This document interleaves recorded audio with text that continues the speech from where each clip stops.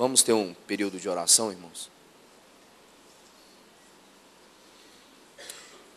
Senhor, santo é o teu nome, Senhor. Nós nos reunimos aqui mais uma vez pela tua graça e pela tua misericórdia. Obrigado por este ajuntamento, Senhor. Obrigado porque esta reunião só é possível porque o Senhor se entregou por nós. Obrigado porque o Senhor reúne os seus filhos para desfrutarem do teu trabalho, Senhor. Nós não merecemos nada, o Senhor fez tudo por nós. O Senhor nos amou quando nós éramos inimigos do Senhor. O Senhor nos amou até o fim. E nós nos achegamos neste lugar, Senhor, com o nosso coração realmente desejoso de ouvir o Senhor. Porque à medida que nós contemplamos o Senhor traspassado por nós, nosso coração também precisa, Senhor, ser traspassado pela Tua palavra, Senhor. Por isso eu te peço, Senhor, quebra o nosso coração, quebra a nossa dureza, Senhor. Quebra a nossa cerviz, ó Deus.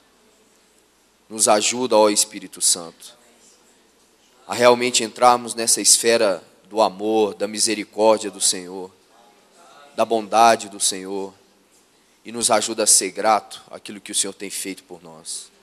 Amém, Senhor. Irmãos, vamos ler alguns textos da palavra. Vamos começar aqui no livro de Êxodo, capítulo 19. Vamos ler a partir do verso 5. Agora, pois, se diligentemente ouvirdes a minha voz e guardardes a minha aliança,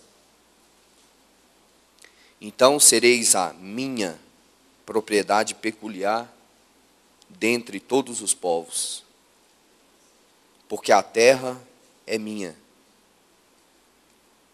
Vós me sereis reino de sacerdote e nação santa. São estas palavras que falarás aos filhos de Israel. Avance comigo, capítulo 32, ainda no livro de Êxodo. Vamos ler do verso 1 ao verso 8, irmãos. Mas, vendo o povo que Moisés tardava em descer do monte, acercou-se de Arão e lhe disse: levanta-te, faz-nos deuses que vão adiante de nós. Pois quanto a este Moisés, o homem que nos tirou do Egito, não sabemos o que lhe terá sucedido. Disse-lhe Arão: tirai as argolas de ouro das orelhas de vossas mulheres, vossos filhos, vossas filhas, e trazei-mas. Então todo o povo tirou das orelhas as argolas e as trouxe a Arão. Este, percebendo que das suas mãos trabalhou o ouro, comburiu e fez dele um bezerro fundido. Então disseram: são estes, ó Israel, os teus deuses, que te tiraram da terra do Egito. Arão, vendo isso, edificou um altar diante dele, e apregoando disse: amanhã será festa ao Senhor. No dia seguinte madrugaram, ofereceram holocaustos, trouxeram ofertas pacíficas, e o povo assentou-se para comer, beber, e levantou-se para divertir-se. Então disse o Senhor a Moisés: vai, desce, muita atenção com essa palavra, porque o teu povo, que fizeste sair do Egito, se corrompeu, e depressa se desviou do caminho que lhe havia eu ordenado. Fez para si um bezerro fundido e o adorou, e lhe sacrificou. E diz: são estes, ó Israel, os teus deuses que te tiraram da terra do Egito. Amém, irmãos? Queridos, hoje e há alguns dias, quando estive diante do Senhor, para que o Senhor então nos ajudasse nesse momento, o Senhor colocou algo no nosso coração acerca do nosso chamamento, ou por que não dizer da nossa vocação e do nosso pertencimento. Afinal de contas, por que o Senhor nos chamou? Qual o propósito disso? Por que o Senhor nos tirou do mundo? Por que o Senhor nos resgatou? Qual o propósito de Deus para nós como igreja nesse tempo? E quando nós lemos então, como diz Paulo, 1 Coríntios capítulo 10, tudo que foi escrito para nossa advertência. Quando nós lemos esse texto aqui no livro de Êxodo, nós vemos que Deus queria, como diz ali o capítulo 19, uma propriedade particular entre todas as nações. O Senhor diz: toda a terra é minha, mas se vós ouvirdes a minha voz e obedeceres a minha aliança, sereis para mim, uma propriedade peculiar. Toda a terra é minha, mas se diligentemente atentares à minha aliança, sereis essa propriedade particular. Então, irmãos, nós precisamos ver que o Senhor, quando Ele nos tira do mundo, quando o Senhor nos chama pela sua voz, e a sua palavra, pelo seu Espírito, gera fé no nosso interior, o Senhor, na verdade, nos chama para uma vida de pertencimento, para propriedade peculiar. Nós, irmãos, não fomos salvos do inferno, não fomos salvos de um sistema, mas nós fomos adquiridos para sermos uma propriedade peculiar de Deus. O que Deus quis quando Ele ofertou a vida do seu Filho foi adquirir uma possessão, foi adquirir para si um povo de toda língua, tribo e nação. Então, quando o Senhor chama esse povo para essa esfera de pertencimento, para essa nação peculiar, nós vemos que esse povo falha. Quando você chega no capítulo 32, eles questionam a demora de Moisés no monte. Eles pegam alguns pertences, fundem uma imagem de um bezerro, e diz a palavra que eles se põem a comer, a beber e a divertir-se. Então o Senhor diz a Moisés: o teu povo, percebe, irmãos, que palavra dura? Agora não é mais o meu povo, é o teu povo. Esse povo é de dura serviço. Porque nós sabemos, se você acompanha a leitura, que toda essa geração pereceu no deserto. O Senhor precisou começar de novo com eles. Esse povo endureceu a cerviz, esse povo não obedeceu ao Senhor. Esse povo que Ele tinha tirado do Egito, para então ser essa propriedade peculiar para Ele, de todas as nações, tinham falhado na sua obediência ao Senhor. Então aqui há uma quebra de princípio. E o Senhor agora diz para Moisés que o povo que Moisés tirou do Egito, agora é um povo inimigo. É um povo que se prostrou a outros deuses. Estão sentados, comendo, bebendo, idolatrando o seu próprio ego. Irmãos, que coisa terrível. Se você vê isso à luz do Novo Testamento, na verdade, quando o Senhor nos tirou do mundo, Ele nos tirou, na verdade, do velho homem, para nos introduzir aonde, irmãos? Em Cristo. Por isso, tanta ênfase no Novo Testamento com essa palavra, em Cristo. Porque nós fomos tirados de uma posição decadente, de uma posição de morte, de uma posição de condenação, para agora sermos introduzidos em Cristo. A questão não é o inferno, irmãos. A questão é que agora nós pertencemos a Cristo. O propósito de Deus é uma nação de todo povo, tribo, língua e nação. Um povo adquirido, agora incluso em Cristo. Tirados então dessa velha ordem adâmica, desse homem desobediente, desse homem que não cumpre o propósito de Deus, inseridos dentro de Cristo. Por isso que o aspecto objetivo diz que nós estamos em Cristo. Mas à medida que o nosso discipulado com o Senhor, ele vai se esquadrinhando, ele vai prosseguindo, nós precisamos ver se nós também estamos em Cristo e se Cristo também está em nós. Porque o chamamento visa a união. A vocação nos chama a uma vida de união com o nosso Senhor. E essa vida de união com o nosso Senhor é aquilo que nós chamamos de a conformação. À medida que nós unimos ao Senhor, no Espírito, nós também somos conformados pelo Espírito na imagem do nosso Senhor. Como Paulo coloca ali aos Coríntios. Então, irmãos, o que o Senhor de fato fez foi nos tirar de toda essa linhagem adâmica. E agora nos incluir em Cristo. Nos trazer para Cristo. Então, irmãos, nós não fomos chamados do mundo para pertencermos a uma igreja, a uma denominação, ou a um círculo de amizades, de amigos que têm algo em comum. O Senhor nos tirou do mundo para pertencermos a Cristo, para estarmos em Cristo. Não existe outro lugar, não existe outro motivo, não existe outra razão. O nosso problema era um problema de ordem, ou seja, nós estávamos numa ordem adâmica, numa ordem de morte, numa ordem, numa esfera destrutiva, numa esfera na qual não havia obediência, não havia princípios.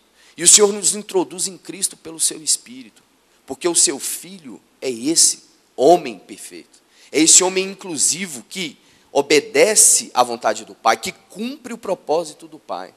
E quando ele, como aquela semente do grão de trigo que morre e produz então muito fruto, agora ele introduz muitos filhos à glória, porque ele é o primogênito.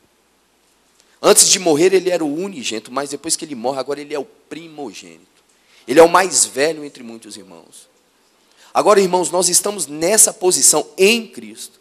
Essa é a nossa posição. O Senhor nos chamou do mundo para nos unir em Cristo, para nos juntar em Cristo, para agora debaixo do encabeçamento de Cristo, nós possamos viver uma vida de união com Cristo. E essa vida de união com Cristo, pelo encabeçamento de Cristo, nos conforma a Cristo. Irmãos, é só essa vida que agrada a Deus. Porque o que está em jogo, irmãos, é o propósito de Deus. Nós fazemos muitas coisas, irmãos, para o nosso propósito. Trabalhamos para o nosso propósito, achamos que casamos para sermos felizes. Tivemos filhos porque um dia a casa estava vazia e parecia que uma criança ia completar aquele vazio.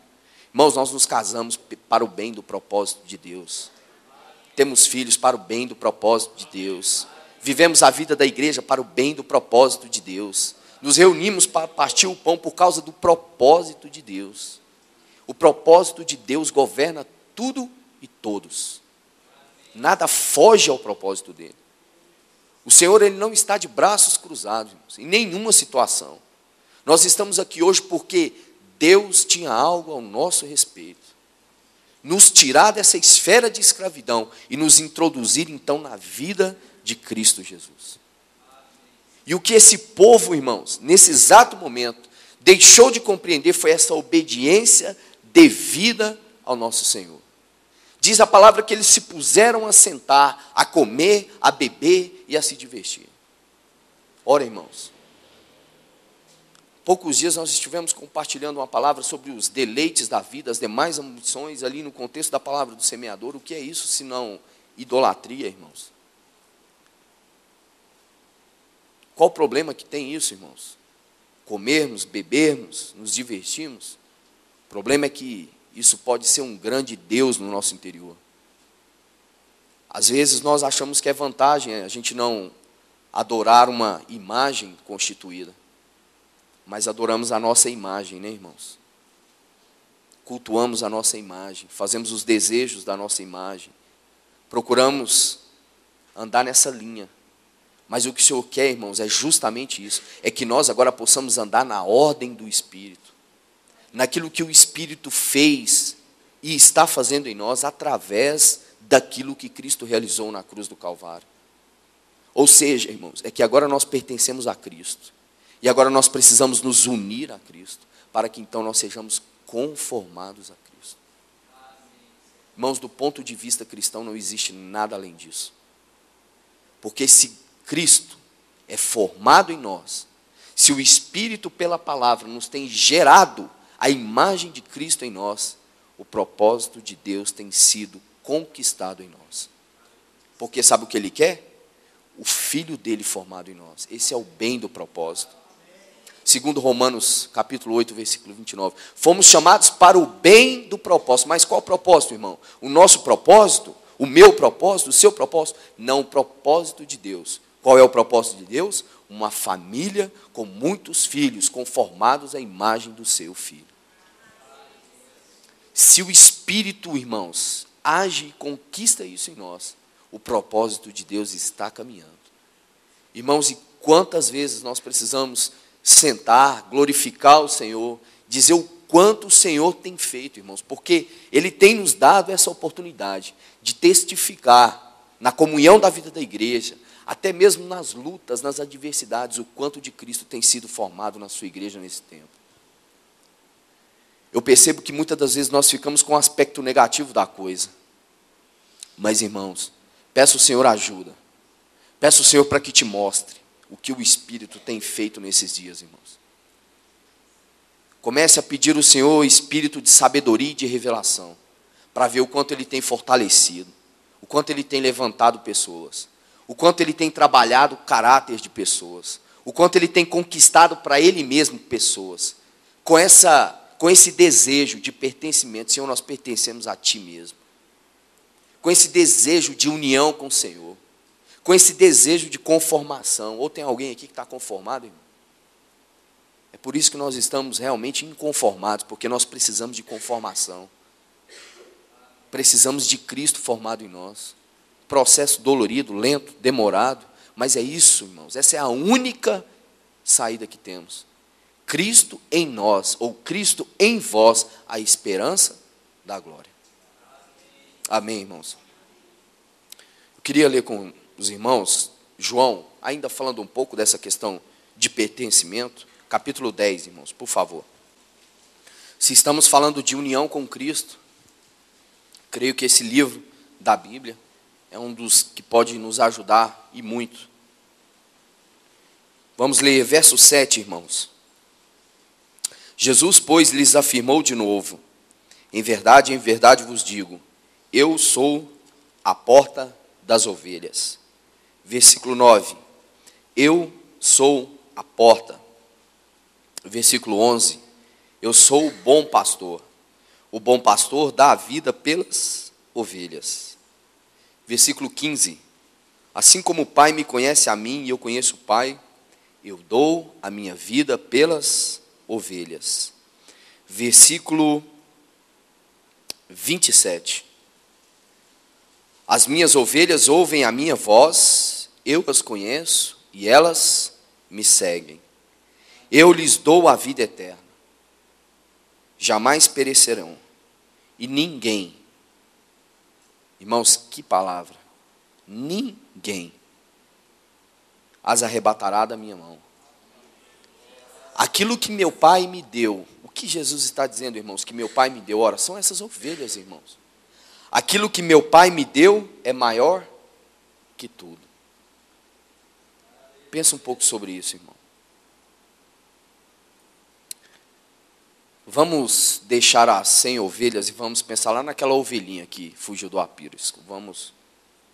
Aquilo que meu Pai me deu é maior que tudo.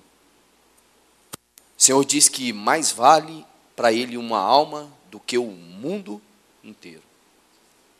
Aquilo que o Pai deu ao Senhor foi justamente essas ovelhas. E aquilo que meu Pai me deu é maior que tudo. E da mão do Pai, ninguém pode arrebatar. Veja essa questão do pertencimento, irmãos.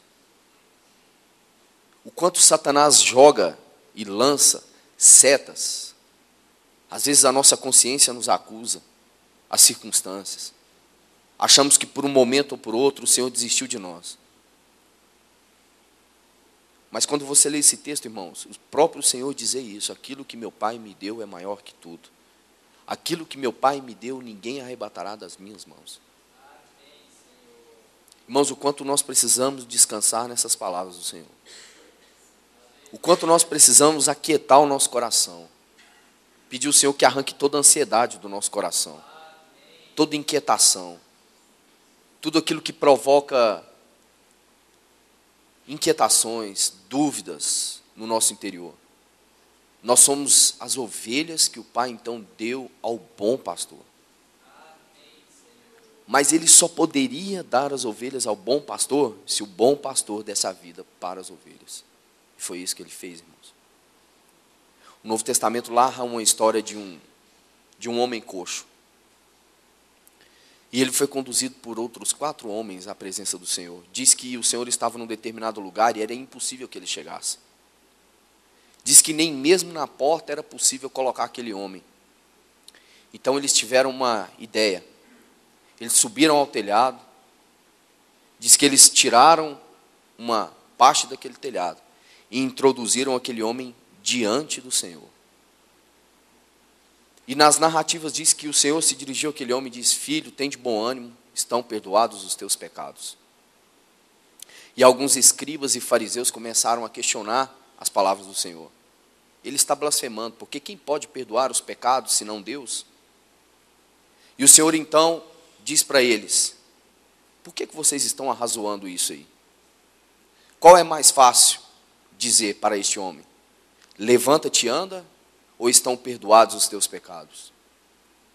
Bom, irmãos, nós sabemos que, se você considerar essas palavras do Senhor, o mais fácil seria o Senhor dizer para ele: levanta e anda.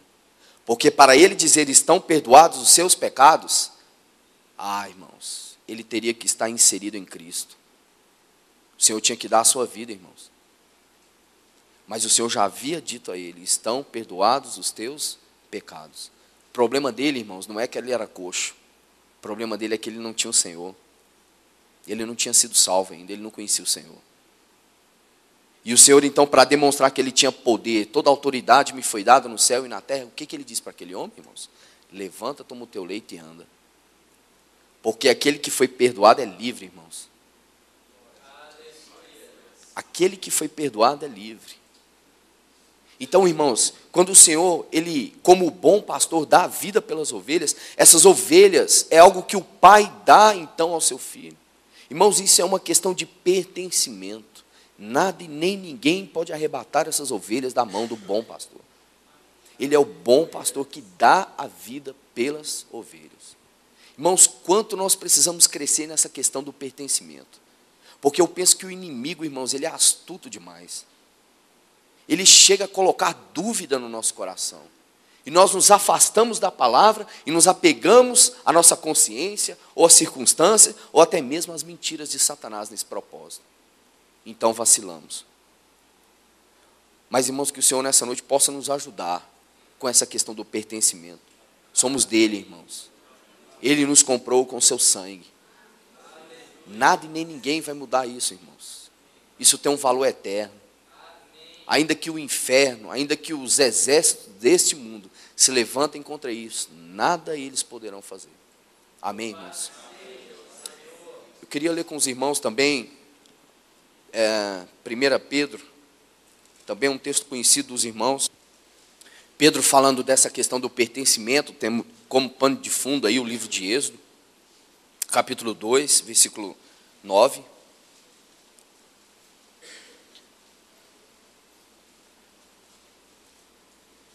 Diz assim o texto: vós, porém, sois raça eleita, sacerdócio real, nação santa. Agora veja, irmãos, povo de propriedade exclusiva de Deus. Agora, para quê? A fim de proclamardes as virtudes daquele que vos chamou das trevas para a sua maravilhosa luz. Qual que é o nosso testemunho, irmãos? Nosso testemunho é Cristo. Tudo isso aqui é por causa dele, é por ele e para ele. Sem ele, nada disso daqui seria possível, irmãos. E aí ele prossegue: vós, sim, que antes não erais povo, mas agora sois povo de Deus, que não tinhais alcançado misericórdia, mas agora alcançastes misericórdia. Porque o bom pastor deu a vida pelas ovelhas, e as ovelhas agora estão unidas ao bom pastor. Amém, irmãos? Então ele diz isso aqui, Pedro falando sobre essa propriedade exclusiva, esse povo adquirido. Irmãos, que maravilha para nós, que bênção do Senhor para nós. Nós que não éramos povo, que não tínhamos alcançado misericórdia, agora alcançamos misericórdia. Fomos tirados então, irmãos, do mundo, para agora pertencermos a Cristo, para vivermos na esfera do Espírito. E agora, irmãos, o que nós precisamos é dessa vida de união com o Senhor, essa vida de cruz. Eu não sei se você tem feito o cálculo do discipulado, mas à medida que vamos nos unindo com o Senhor vai nos constrangendo, nos restringindo. E João capítulo 12 narra algo muito interessante. Queria ler com os irmãos para que nós pudéssemos finalizar e nos reunir em torno da mesa do Senhor. Vamos ler a partir do versículo 2, irmãos. Eu não vou me deter muito, eu sei que é um texto que os irmãos também conhecem bastante. Deram-lhe, pois, ali uma ceia. Marta servia, sendo Lázaro um dos que estava à mesa. Então Maria, tomando uma libra de bálsamo de nardo puro, muito precioso, ungiu os pés de Jesus e os enxugou com seus cabelos. E encheu toda a casa com o perfume do bálsamo. Mas Judas Iscariotes, um dos seus discípulos, o que estava para traí-lo, disse: por que não se vendeu este perfume por 300 denários e não se deu aos pobres? Isso disse ele não porque tivesse cuidado dos pobres, mas porque era ladrão e, tendo a bolsa, tirava o que nela se lançava. Jesus, entretanto, disse: deixai-a, que ela guarde isto para o dia em que me embalsamarem. Porque os pobres tendes convosco para sempre, mas a mim nem sempre me tendes. Irmãos, então quando nós caminhamos nessa vida de união com o Senhor, em algum momento da nossa caminhada, o Senhor vai requerer algo de nós. Nós sabemos pela palavra também que o Senhor instituiu essa atitude de Maria como um dos símbolos da vida cristã. Ou seja, consagração. Mas o que é consagração, irmãos? O irmão Otmani diz que consagração é muito mais do que você pegar alguma coisa e dar para Deus. Nós não temos nada, irmãos, para dar para Deus, amém? Deus tem tudo. O irmão Ni diz que consagração é você não tocar aquilo que é de Deus. E, irmãos, o que ela fez aqui foi exatamente isso. Ela simplesmente pegou o melhor. Porque ela cria que Deus tinha dado uma economia para que ela pudesse então administrar. Diz a palavra então que ela se antecipou naquela hora. Quando ela se antecipa, quebra aquele vaso, irmãos, não era só o perfume, o vaso também era muito valioso. Diz que o primeiro a questionar foi Judas, lógico, mas também os outros discípulos. Veja isso, irmãos. Tem discípulo que não compreende isso. E quando ela quebra aquele vaso e unge o Senhor, irmãos, ela consagra o melhor dela para o Senhor. Então agora ela entrega tudo ao Senhor, de forma antecipada. Porque dali a alguns dias o Senhor desceria à sepultura. A grande pergunta que nós precisamos nos fazer, irmãos, é se nessa vida de união com Cristo, se nessa vida do discipulado que nós estamos, se já entregamos tudo para o Senhor. Se já quebramos o nosso vaso. Se já nos antecipamos e ungimos o Senhor. Porque o nosso Senhor está às portas. Ele vem. Numa velocidade muito maior do que nós esperamos, irmãos. Mas nós precisamos hoje, agora, ungir o Senhor como nosso Senhor. Se você ler os evangelhos, você vai ver que algumas pessoas procuraram ungir o Senhor quando da sua ressurreição. E ele disse o quê?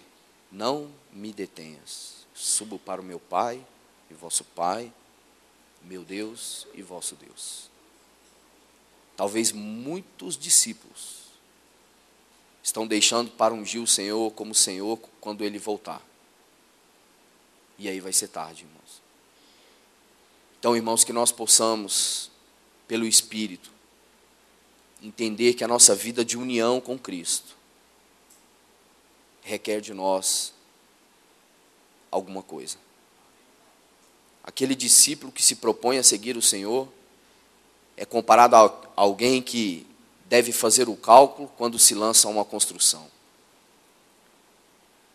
Porque se ele não faz isso, a sua construção fica pela metade e os que passam vão zombar dele. Ele começou e não terminou. Que nós possamos nessa noite, irmãos, render ao Senhor. Sei que pelo Espírito existem áreas na nossa vida, nas nossas vidas, na minha vida, que nós precisamos depositar aos pés do Senhor. Porque tudo é dele, irmãos. Como disse o nosso irmão, consagração é não colocar a mão naquilo que é dele. Nós não temos nada a oferecer ao nosso Senhor, irmão. Ele já nos deu tudo. Agora, tudo que Ele tem confiado a nós, irmãos, nós precisamos depositar aos pés do Senhor. Para que então essa vida de união com Cristo possa produzir mais de Cristo em nós. Mais de Cristo no nosso espírito, mais de Cristo nas nossas emoções, na nossa alma. Mais de Cristo evidenciado. Para que esse então seja o perfume que possa encher toda a casa. Toda a casa cheia do perfume. Mas o perfume de Cristo, irmãos. Perfume do Senhor. É por isso que nós estamos aqui nessa noite, então, para celebrarmos, irmãos, a mesa do Senhor. Partimos o pão junto. Essa é a reunião dEle. Esta é a mesa dEle. Esta é a igreja dEle. Esse é o povo dEle. Amém, irmãos? Graças ao Senhor por isso, irmãos. Graças ao Senhor por isso. E, para terminar, ontem eu estava ouvindo um testemunho de um homem. E ele disse que teve um sonho. E quando ele sonhou que tinha morrido. E aí ele disse que compareceu até o portão dos céus. E então um anjo chegou até ele, nem disse: como você ousa, né, se apresentar aqui? Ele falou: não, procura aí, meu nome está no livro da vida, né? Eu criei no Senhor um dia. Então o anjo começa, abre o livro e realmente encontra o nome daquele homem. Aí ele ficou muito feliz.